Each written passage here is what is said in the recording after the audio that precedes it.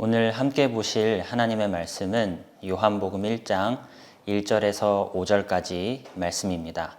우리 한번 한 목소리로 합독하도록 하겠습니다. 태초에 말씀이 계시니라. 이 말씀이 하나님과 함께 계셨으니 이 말씀은 곧 하나님이시니라. 그가 태초에 하나님과 함께 계셨고 만물이 그로 말미암아 지은 바 되었으니 지은 것이 하나도 그가 없이는 된 것이 없느니라. 그 안에 생명이 있었으니 이 생명은 사람들의 빛이라. 빛이 어두움에 비치되 어둠이 깨닫지 못하더라. 아멘. 코로나 바이러스 사태로 인하여서 우리 친구들 얼굴을 직접 보지 못하고 이렇게 영상으로 설교를 하게 됩니다. 참으로 안타깝고 유감스러운 일이 아닐 수 없습니다. 이 사태가 빨리 종식되고 우리 함께 한자리에 모여서 기쁘게 하나님을 찬양하는 날이 빨리 왔으면 좋겠습니다. 우리 함께 기도하면서 겸손히 주님께 은혜를 구하는 저와 우리 친구들이 다 되었으면 좋겠습니다. 오늘 함께 살펴볼 하나님의 말씀은 웨스터민스터 소교리 문답 6번에 관련된 내용입니다. 우선 화면을 참조하여서 6번의 내용이 무엇인지 한번 보도록 하겠습니다. 영어로 질문이 나와 있는데 우선은 어려울 것 같은 단어들을 굵은 글씨로 한번 표시해 보았습니다. Godhead 안에 몇 개의 persons가 있냐, 몇 개의 person이 있냐 이런 질문입니다. 단어를 해석해 보면 하나님의 성질, 신의 성질, 신성 안에 몇 개의 인격이, 몇 개의 혹은 위가 한자어인데요. 위는 위치 위하는 몇 개의 인격과 혹은 위가 있느냐라고 물을 때 답은 Godhead 안에 3개의 person이 있습니다 라고 대답을 하면서 그 3개의 person은 Father, Son, and Holy Ghost라는 표현을 썼네요. 아빠와 아들과 거룩한 영이시다. 그리고 이 3가지는 하나의 하나님이다. 한 분 하나님이다. 라고 설명을 하면서 본질에서 같으시고 능력과 영광이 동일하시다. 라는 것으로 소개해 주고 있습니다. 이거를 한글로 한번 살펴보면 하나님의 신성에는 몇 개의 위가 있습니까? 라고 번역을 할 수 있을 텐데요. 그러면 답이 어떻게 되냐면 3개의 위들이 하나님의 신성 안에 있다. 아버지와 아들과 성령. 그리고 이 3 위는 한 분 하나님이며 본질이 같으시고 능력과 영광이 동등하시다. 능력과 영광이 동등하시다. 이렇게 표현을 할 수 있다는 거죠. 아버지, 아들, 영이 성부, 성자, 성령 하나님 이렇게도 표현할 수 있겠는데 이것이 능력이 아버지가 1등으로 높으시고 그 다음에 서열이 능력이 2번째인 분이 아들이시고 능력이 3번째인 분이 성령님이시다 이렇게 말하면 될까요? 안 될까요?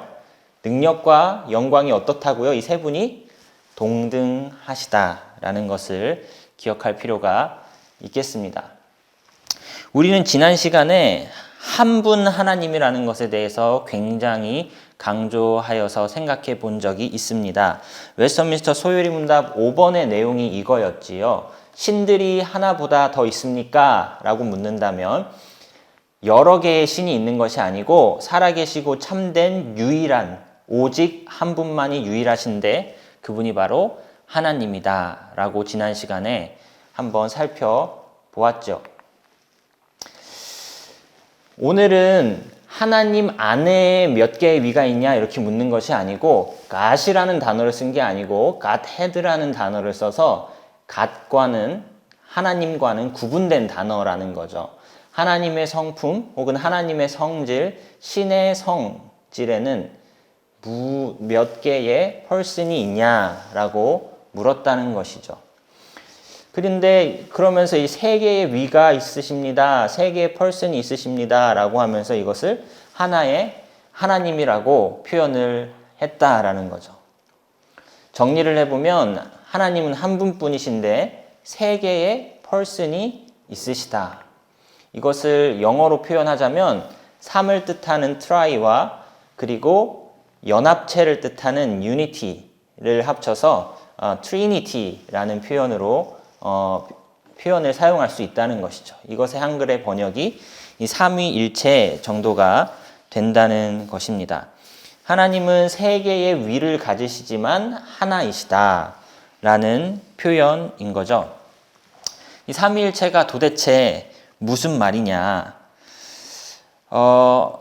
왜 이렇게 어려운 개념이 등장하느냐? 이 삼위일체라는 단어가 성경에 나오고 있느냐라고 질문을 한다면 사실 그렇지는 않습니다.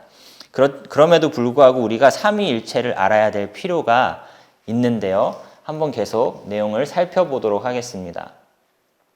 지난 시간에 한 분뿐이신 하나님에 대해서 강조를 하면서 이분을 어떻게 섬길 것인가에 대한 질문으로 이어갔습니다. 그러면서 어떻게 섬길지 누가 가르쳐 줄까?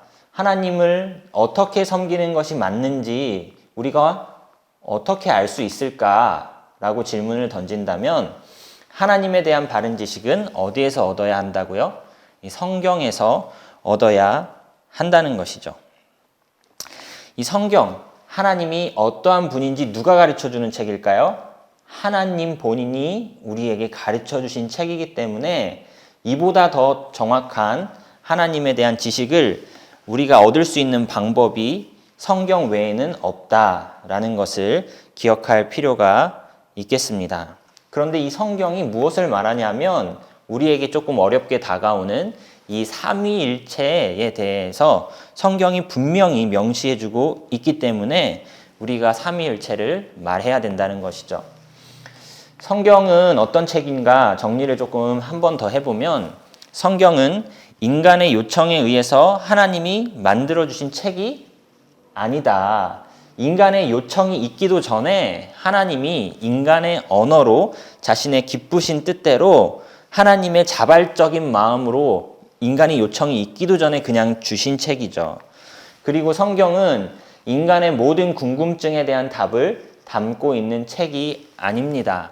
인간 편에서 시작한 책이 아니고 하나님 편에서 시작한 책이기 때문에 이것은 하나님이 우리에게 알려주고자 하는 내용이 담겨 있고 하나님이 이것을 알면 인간에게 충분하겠다. 하나님이 인간이 이 정도만 알면 아주 필요한 지식만 내가 전달해 주는 것이겠다라는 내용으로 성경을 주신 것이지 인간의 모든 궁금증을 성경이 담고 있고 가르쳐 줄 수 있는 책은 아니다라는 거죠.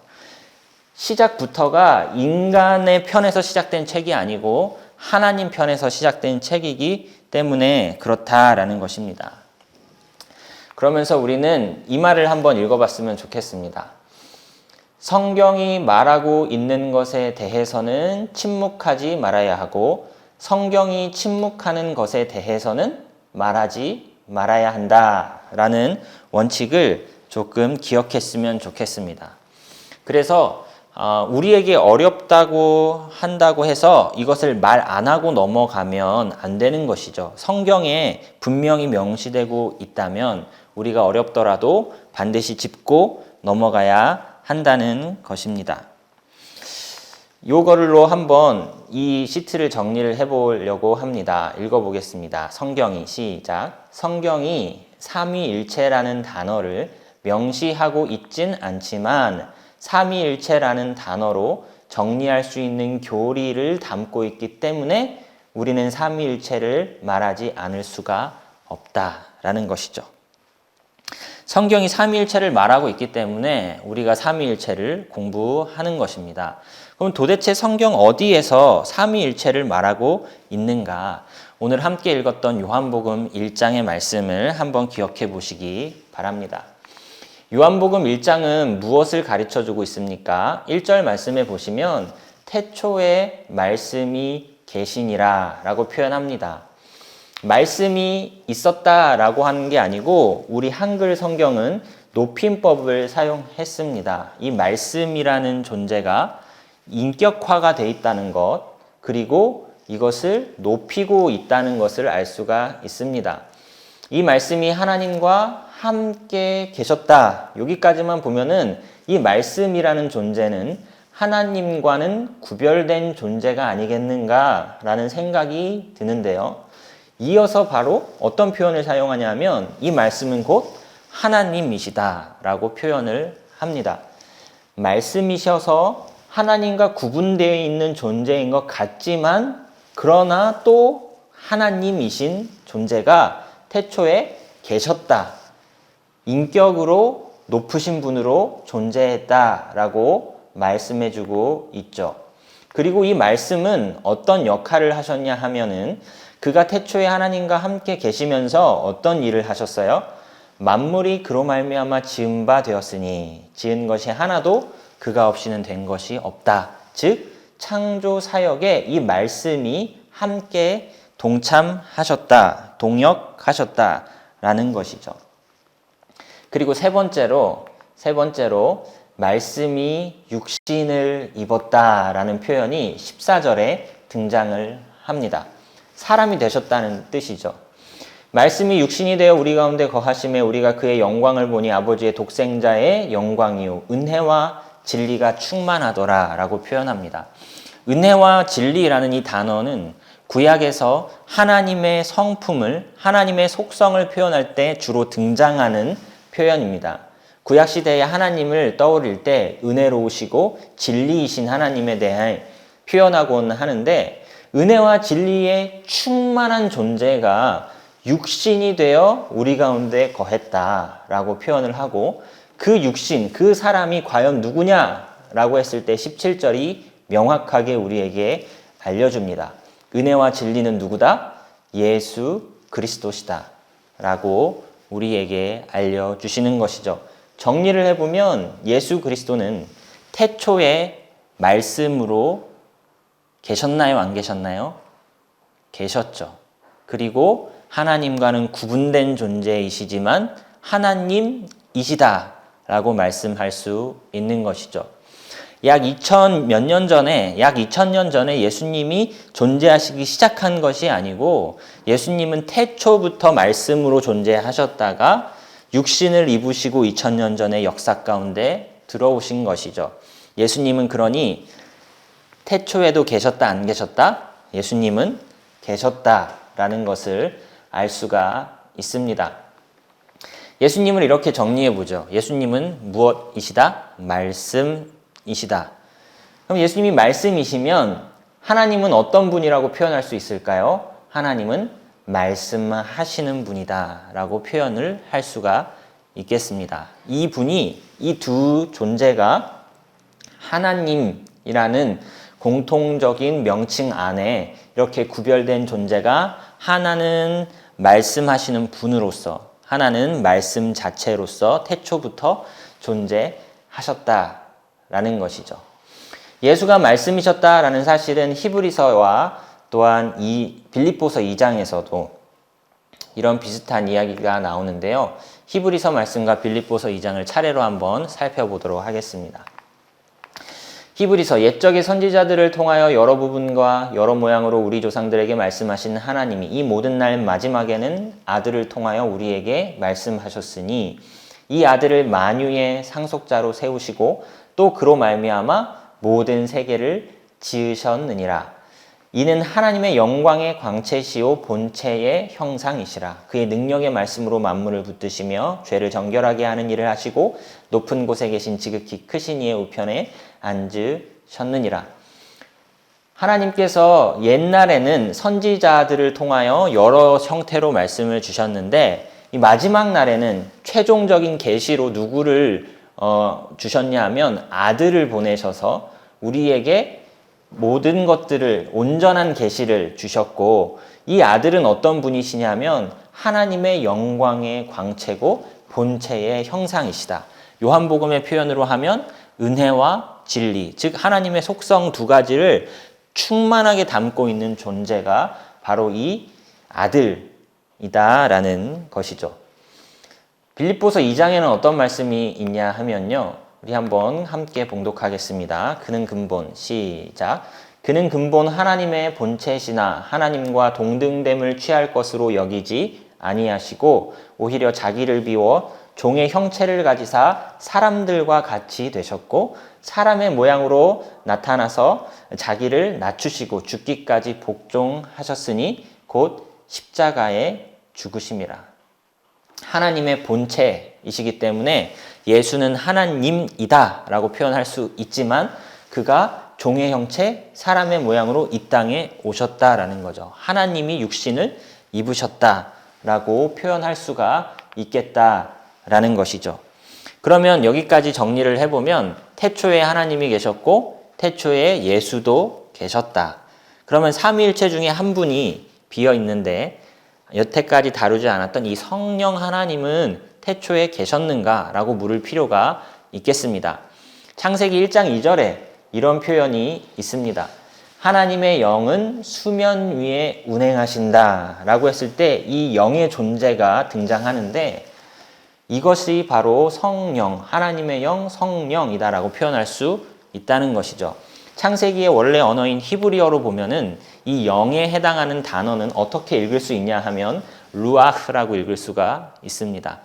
이 루하흐라는 이 단어는 창세기 6장 17절에 이런 단어로도 번역이 가능한데 호흡이다, 생명의 이 기운이다 라는 것으로도 번역이 가능한 단어입니다. 그러니까 성령은 어떤 분이라고 할 수 있어요? 이 하나님의 루아흐다라는 것은 하나님의 영이다 혹은 하나님의 호흡이다라고도 표현할 수 있는 분이 태초에 계셨다 안 계셨다? 계셨다라는 것이죠. 하나님께서는 생명을 그 호흡으로 인간에게 불어 넣어 주시는 분이시죠. 그러니까 이 삼위일체를 이런 식으로도 설명을 할 수 있을 것 같아요.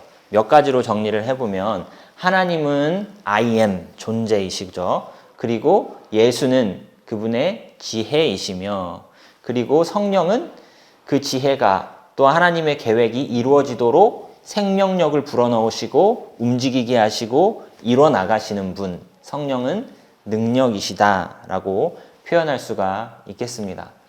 또한 하나님은 아까 전처럼 이렇게 정리해보죠. 하나님은 말씀하시는 이이시고 그리고 예수는 말씀 자체이시고 성령은 그 말씀이 전달되게 하는 호흡이며 숨이다. 이것이 삼위일체를 설명하는 이 창세기의 이 구약적 방식이 아닐까 생각이 듭니다. 태초에 하나님이 계셨는데요. 말씀하시는 분이셨어요. 그분이 말씀을 하심으로 온 우주 만물을 창조하셨습니다. 그리고 말씀하실 때 하나님의 숨과 호흡이 같이 뱉어지면서 이 땅의 모든 만물의 생명과 기운을 불어 넣으셨다는 것이죠. 신은 한 분이신데 세 개의 존재와 역할이 있는 것처럼 묘사가 된다는 것입니다. 또한 삼위일체에 대해서 이렇게 설명해 볼 수도 있겠습니다. 구원의 관점에서 이 삼위일체를 설명하면 하나님은 구원을 계획하시고 예수 그리스도는 하나님이 세운 그 구원의 계획에 순종하시고 성령님은 그 예수 사건이 나의 사건이 되도록 믿게끔 하시고 적용하셔서 우리 안에 그 예수 생명을 내 생명이 되게 하시는 그렇게 하시는 분이 우리 성령님이시다라고 정리해 볼 수 있겠다는 것이죠. 그리고 한 가지 더 생각해 보고자 하는 것은 이 삼위일체를 조금 철학적으로 접근을 하자면 어떻게 설명할 수 있냐면 이 삼위일체란 단수성과 복수성의 공존이다. 즉 하나와 여러 개가 동시에 공존하는 것이 이 삼위일체다라고 설명해 볼 수 있다는 것입니다. 왜 단수성과 복수성의 공존이다? 왜 이런 말을 생각해 보고자 하냐 하면 하나님이 태초에 신이 하나의 존재가 있는데 그냥 단일한 존재로만 있었다면 어쩌면 아무 역사도 일어나지 않았을런지 모릅니다. 이 한 분이신 하나님 안에 또한 세 개의 위라는 three persons가 있었기 때문에 뭔가 변화와 역동과 역사가 일어날 수 있다는 거죠. 여러분, 무언가를 인식한다고 할 때, 나와는 다른 무언가를 인식한다고 할 때, 무언가를 배운다고 할 때 우리는 어떤 과정을 거치냐 하면요. 인식의 대상이 되려면 서로 공통점이 있으면서도 다른 점이 있어야 인식의 대상이 되고 인식이 가능해집니다. 하나님이 인간을 창조하실 때 하나님의 형상으로 창조하셨다고 하셨어요. 이 말은 무슨 말인가 하면 하나님과 인간에게 비슷한 점이 있다는 뜻이죠. 그렇기 때문에 알려질 수가 있다라는 것이죠. 아예 똑같아 버리면은 너무 잘할 것 같은데 이런 생각이 들지 않으십니까? 그렇지만 너무 똑같아 버리면 아예 똑같아 버리면은 존재의 구별이 없어집니다. 그냥 같은 존재인 것이죠. 비슷하면서도 달라야 인지가 이루어지고 인식이 이루어질 수 있다라는 것을 한번 생각해 보셨으면 좋겠습니다. 그리고 이 태초에 계신 분이 삼위일체로 계시다. 이 안에는 한 분 안에서 역동과 안정이 있다라는 거죠. 이 긴장 관계가 있는 거예요. 이 태초의 신은 하나의 존재인데 이 신이 단일한 존재가 아니라 삼위일체로 그 안에서 여러 개이면서도 안정적으로 한 분이시다는 이 긴장이 무엇을 만들어내냐 하면 운동성을 만들어낸다라고 생각해 볼 수 있다는 것이죠. 그래서 그 한 분으로부터 창조가 일어나고 그 한 분으로부터 계시가 일어나고 그 한 분으로부터 구원이 발생하는 이런 뭔가 역동과 역사가 그 한 분으로부터 시작되는 그 근본적인 이유가 그 단일한 존재이실 뿐만 아니라 삼위로 계시기 때문에 이 운동성과 역사가 가능하다라고 생각해 볼 수 있다는 것이죠. 조금 풀어서 정리를 해보면 이렇게 정리를 해볼까요? 하나님은 이 세상을 창조하실 뿐만 아니라 창조물 안에 자신을 담으시고 그리고 이 모든 것을 결국은 자신의 강력한 하나됨으로 이끄사 하나님 나라를 완성하시는 분이다. 이런 능력이 다 어디서 나오냐면 그 하나님의 삼위일체의 존재됨에서 나온다라고 생각을 해볼 수 있다는 거죠. 아버지와 아들이 한 존재 안에 있어요. 구별되었으나 하나의 존재 안에 있다. 그리고 이 성령은 아버지와 아들을 이어주는 어떤 매개체가 된다고 생각해 보면 어떤 생각들을 할 수 있냐 하면 아버지도 하나님, 아들도 하나님, 성령도 하나님. 그렇지만 각자가 서로 각각의 펄슨으로 각각의 위로 구별되어 있으면서 하나인. 이렇게 삼위일체를 설명할 수밖에 없지 않나 이런 생각이 듭니다. 이것이 성경의 설명 방식이고 고대의 우리 신앙의 선배들의 설명 방식입니다. 이것을 이게 무슨 말입니까? 이걸 좀 더 쉽게 설명해 주십시오 라고 해서 사람들이 여러 가지 예를 들어 삼위일체를 설명하고자 하는데 그런 쉬운 설명들은 한편으로는 유혹이라고 말할 수 있어요. 왜냐하면 온전히 담아내지 못하고 하나님에 대해서 오해하게 만들다는 것이죠. 그래서 예를 들어서 삼위일체를 이런 식으로 설명을 한다거나 이런 식으로 설명을 하는 경우들이 있습니다. 그래서 보시면 얼음과 물과 수증기가 사실은 다 화학 성분으로 H2O이듯이 이게 형태만 다를 뿐이지 본질은 같다 이런 식의 설명을 하고 싶은 거죠.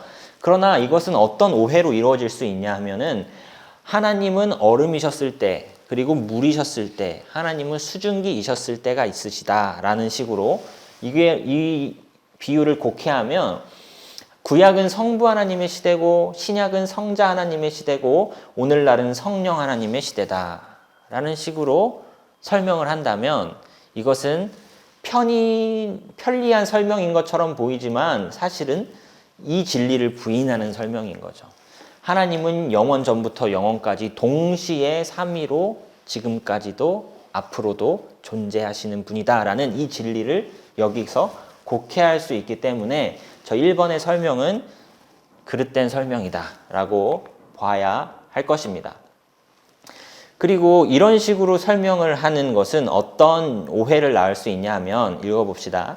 성부와 성자와 성령은 역할이 다를 뿐만 아니라 서로 논의가 가능하고 구분된 존재다라고 성경은 말합니다. 이 땅에 오신 아들 예수가 하늘을 바라보며 아버지 하나님을 찾고요.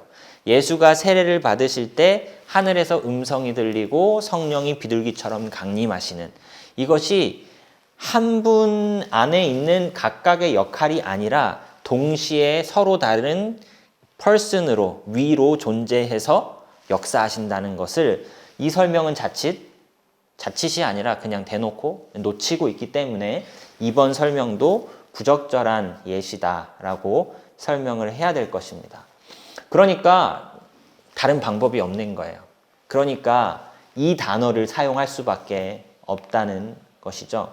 이 단어가 어려워 보이지만 이런 단어들로 이해를 해야 된다는 것이죠. 왜요? 이 단어들이 삼위일체를 오해하게 만드는 각종 이단들로부터 오랜 세월 동안 성경의 진리를 고수해온 단어입니다. 그래서 어려워도 위라는 단어를 쓰고 person이라는 단어를 쓰자라는 것이죠. 한번 읽어볼까요? 정리를 해보겠습니다. 하나님은 한 분뿐이시나 그 신성에 삼위를 가지신다. 네, 이게 무슨 말일까요? 몰라도 이렇게 이해하려고 노력하자라는 것이죠. 결론입니다. 1은 3이다 라는 말을 지금 계속 우겨넣고 있는 것입니다. 여전히 이해가 잘 안 됩니다. 이런 말이 있을 정도예요. 이해가 잘 안 되어야 삼위일체를 바르게 이해한 것이다 라는 말이 있을 정도로 이것은 인간의 이 환경과 지성으로는 잘 받아들일 수 없지만 성경이 분명 이런 관계로 삼위일체를 설명하기 때문에 우리가 이것을 바르게 짚고 넘어가야 된다라는 것이죠. 기억하실 것은 성경이 말해주는 만큼만 받아들인다라는 것입니다. 우리 마지막 읽고 마치겠습니다. 삼위일체로서 시작. 삼위일체로서 우주를 창조하시고 우리를 구원하시는 하나님을 찬양하고 사랑하는 저와 우리 친구들이 다 되었으면 좋겠습니다. 시간 제가 기도하고 마치겠습니다. 살아계신 하나님 아버지, 우리 열방의 사랑하는 청소년부 친구들이 코로나 사태로 인하여서 이렇게 영상으로 하나님의 말씀을 듣습니다. 하나님 참으로 안타깝고 슬픈 일이 아닐 수 없습니다. 우리가 하루속히 한자리에 나와서 예전처럼 하나님을 기쁘고 감사하는 마음으로 다시 한번 찬양할 수 있도록 하나님 우리에게 속히 그 은혜의 날을 앞당겨 주옵소서. 하나님 오늘 한 분이시지만 세계의 위로 존재하사 세상을 창조하시고 붙드시며 구원해 가시는 하나님의 역사하심에 대해 배웁니다. 우리로 하여금 내 지성으로 다 알 수 없는 하나님 앞에 더욱더 우리의 마음이 겸손케 하여 주시고 하나님 우리가 하나님을 알고 싶으면 알고 싶을수록 다른 것을 통하여 하나님을 알려고 하는 것이 아니라 성경을 통하여서 하나님을 잘 배워나갈 수 있도록 하나님 우리를 붙잡아 주시고 인도해 주세요. 우리를 사랑하시는 예수 그리스도의 이름으로 기도드립니다. 아멘.